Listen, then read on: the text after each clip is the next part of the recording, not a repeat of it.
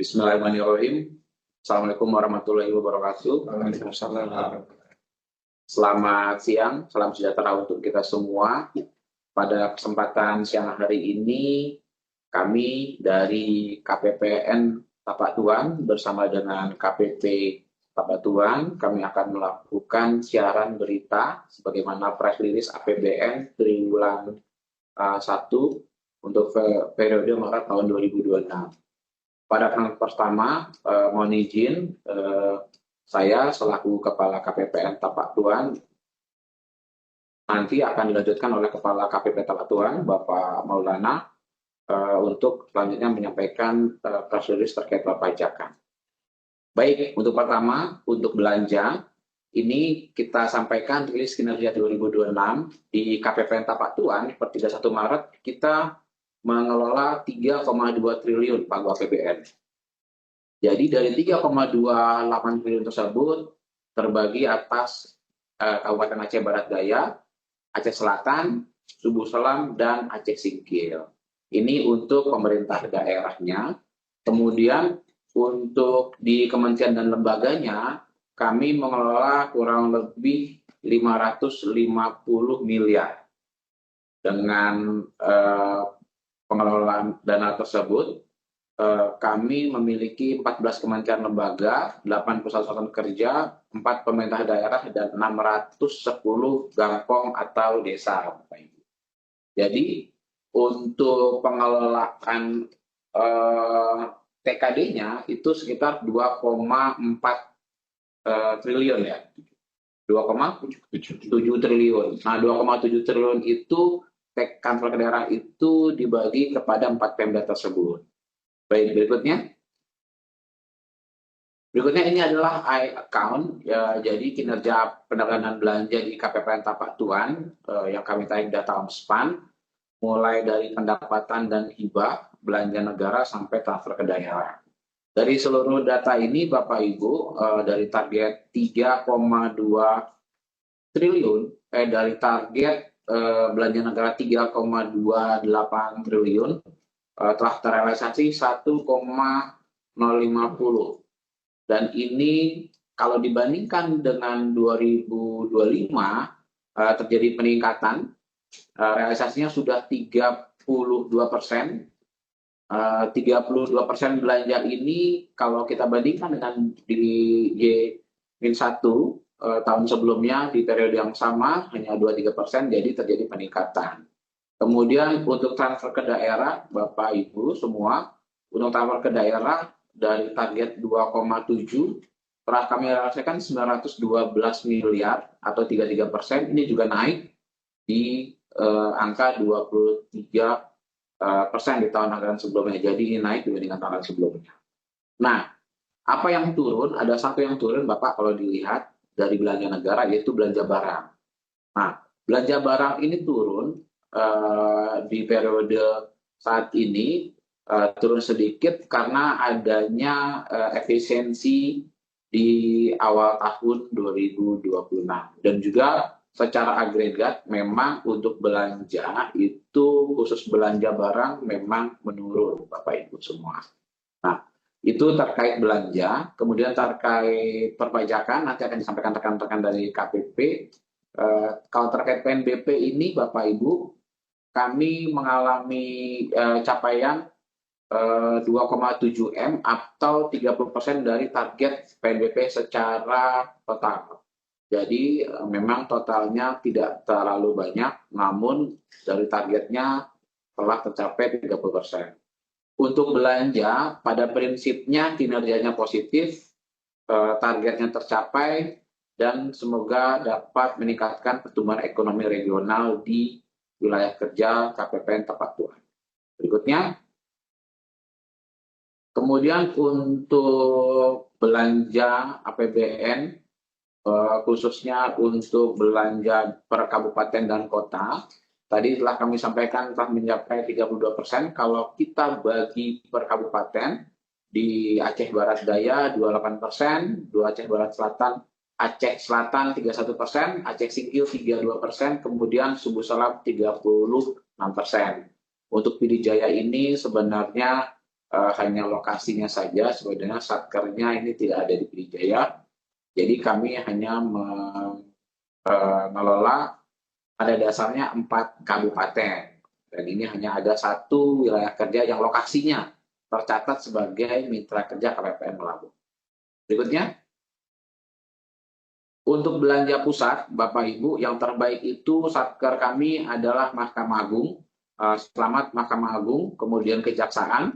Ini Mahkamah Agung telah 43% ya realisasinya, atau kalau total secara kewilayahan dia 1,3%. Jadi dari pagu 30 miliar, realisasinya sudah 13 miliar Mahkamah Agung. Terima kasih atas kerjasamanya.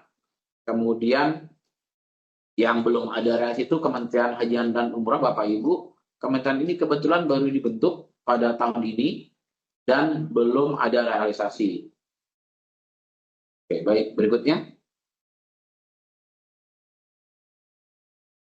Baik, berikutnya per jenis belanja. Jadi kami mengelola belanja pegawai, belanja barang, belanja modal, transfer ke daerah, DAU, Dakfisik, dan dana desa. Jadi Bapak Ibu, yang menarik di sini adalah terkait dengan Dakfisik. Dakfisik itu kenapa masih merah, belum ada realisasi, karena memang Dakfisik itu penyalurannya menggunakan skema sesuai dengan regulasi yang ada. Petunjuk teknis terkait Dakfisik tersebut memang belum terbit, sehingga belum bisa kami salurkan Bapak Ibu. Dan kalau kita lihat dari jenis belanjanya ini, maka belanja pegawai tentunya untuk pemerintah pusat yang paling besar, karena ini rutin dan sudah pasti, sudah 26%. Kemudian untuk belanja daerahnya ini tentunya yang paling baik itu DBH ya. Kalau DBH itu kecil karena dia DBH itu penggunanya langsung. Kemudian ada juga dana alokasi umum ya. Dana alokasi umum yang kita salurkan Bapak mohon izin untuk gaji atau belanja pegawai dari pemerintah daerah gitu ya. Nah, oke, berikutnya. Isu strategis di tahun 1 Bapak Ibu terkait dengan kinerja TKD, alhamdulillah TKD tersalurkan dengan baik. Kemudian kami juga menyalurkan tunjangan yang terbaru. Selain tunjangan khusus guru Bapak, kami sudah menyalurkan sekitar 5.323 guru. Dan yang terbaru Pak, ada tunjangan khusus dokter Pak. Jadi kami sudah menyalurkan ke 16 dokter. Kalau untuk dana desa sudah 383 desa dari 610 desa. Nah ini Bapak Ibu semua, untuk isu strategis ada THR. Jadi THR itu dari jumlah penerimanya dari 4.592 orang itu sudah kami salurkan semua, dan jumlah penerimanya itu meningkat sebesar 1.650. Ini dapat diduga ini memang terjadi peningkatan jumlah penerima yang dipengaruhi oleh pegawai P3K ya, untuk THR P3K dari Kementerian Agama, sehingga mengalami peningkatan yang signifikan. Dari nilainya juga meningkat, sebelumnya 19 miliar, sekarang 21 miliar. THR setelah kami salurkan tepat waktu kepada penerima. Berikutnya Bapak, kami KPPN Tapak Tuan sedang proses untuk wilayah birokrasi bersih dan melayani. Mohon dukungannya. Kami akan terus senantiasa melayani dengan penuh integritas dan melayani dengan penuh layanan. Sekian dari saya selaku PLT Kepala KPPN Tapak Tuan. Untuk selanjutnya, mohon izin Bapak dari KPP Tapak Tuan dapat dilanjutkan. Silakan Bapak. Terima kasih Pak Linggo. Sebelumnya saya izinkan saya Maulana Marzuki selaku Kepala KPP Pratama Tapak Tuan. Wilayah kerja kami meliputi Kabupaten Aceh Selatan, Kabupaten Aceh Barat Daya, dan Kabupaten Semeru. Yang mana kalau tadi yang KPPN itu wilayah kerjanya kita beririsan di Aceh Selatan dan Aceh Barat Daya. Memang untuk Singkil dan Sebulun Salam itu masuk di wilayah kerja di kantor pelayanan pajak yang lain. Namun sedikit banyak bisa memberikan gambaran atas kinerja untuk Aceh Selatan dan Aceh Barat Daya. Selanjutnya, jadi Bapak Ibu semua, kalau kita melihat performa kinerja perpajakan untuk di triwulan 1, dilihat dari dua sudut pandang. Pertama dari jenis pajak dan sektor. Dari sisi jenis pajak, alhamdulillah di triwulan pertama, baik secara bruto maupun neto, dibandingkan year on year, triwulan 1, secara bruto kita tumbuh 27,84% dan secara neto kita pun tumbuh 27,90%. Yang mana kontributor terbesar untuk jenis pajaknya itu pertumbuhan dikontribusikan dari jenis pajak PPh orang pribadi dan PPh pasal 21 yang tumbuhnya 168,3% atau secara nominalnya 14,48 miliar. Sementara untuk PPh final, PPh 22 dan PPh 23 tumbuhnya 75,2% atau secara nominalnya 3,17 miliar dan PPNBM di 30,32 nominalnya pertumbuhannya di 27,0%. Nah, kita harapkan bahwa pertumbuhan yang terjadi di triwulan pertama ini juga akan berlanjut ke triwulan-triwulan berikutnya. Nah, sebagai penjelasan, untuk yang penerimaan pajak secara bruto itu sejalan dengan pertumbuhan ekonomi dan adanya aktivitas domestik menjelang Idul Fitri. Nah, kemudian untuk penerimaan PPN dan PPNBM itu sangat mencerminkan adanya aktivitas dari transaksi kegiatan ekonomi kita yang juga tumbuh karena inline. Kalau PPN itu kan terkait dengan sangat erat kaitannya dengan pendapatan atas kegiatan usaha dari wajib pajak, mengingat PPN itu ada terkait dengan transaksi penjualannya.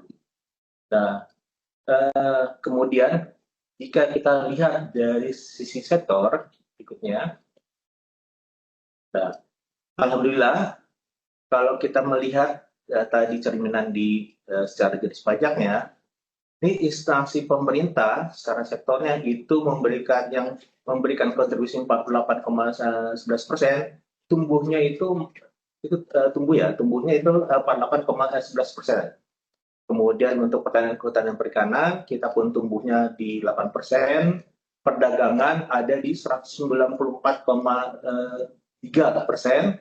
Namun memang ada sedikit ada sektor juga yang turun adalah konstruksi. Nah, sebagai penjelasan, untuk instansi pemerintah tumbuhnya double digit hampir 50%. Seperti tadi yang disampaikan terkait dengan ada percepatan pencairan juga Pak ya.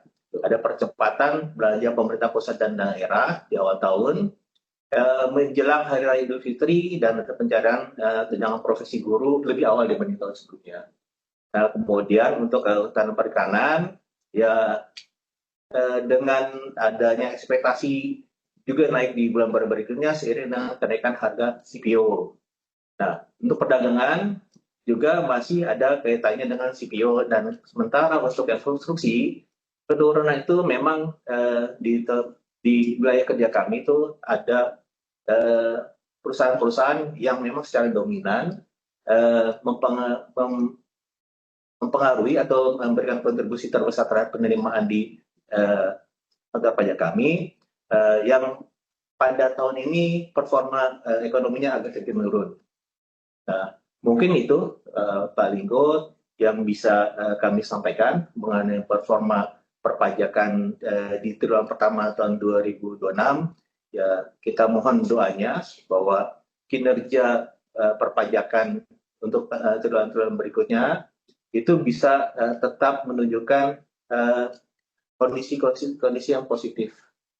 Demikian dari kami, semoga kinerja baik terkait dengan yang di KPPN atau indikator pelayanan pajak pertama tepat waktuan bisa terus semakin baik dari waktu ke waktunya. Demikian, terima kasih. Assalamualaikum warahmatullahi wabarakatuh. Waalaikumsalam. Baik, Terima kasih atas penyampaiannya Pak Maulana dari KPP Pratama Tapatuban. Mengingat kita sudah menyampaikan seluruh overview belanja dan kinerja perpajakan, maka majelis pada hari ini kita selesaikan. Terima kasih semuanya. Wassalamualaikum warahmatullahi wabarakatuh. Waalaikumsalam warahmatullahi wabarakatuh.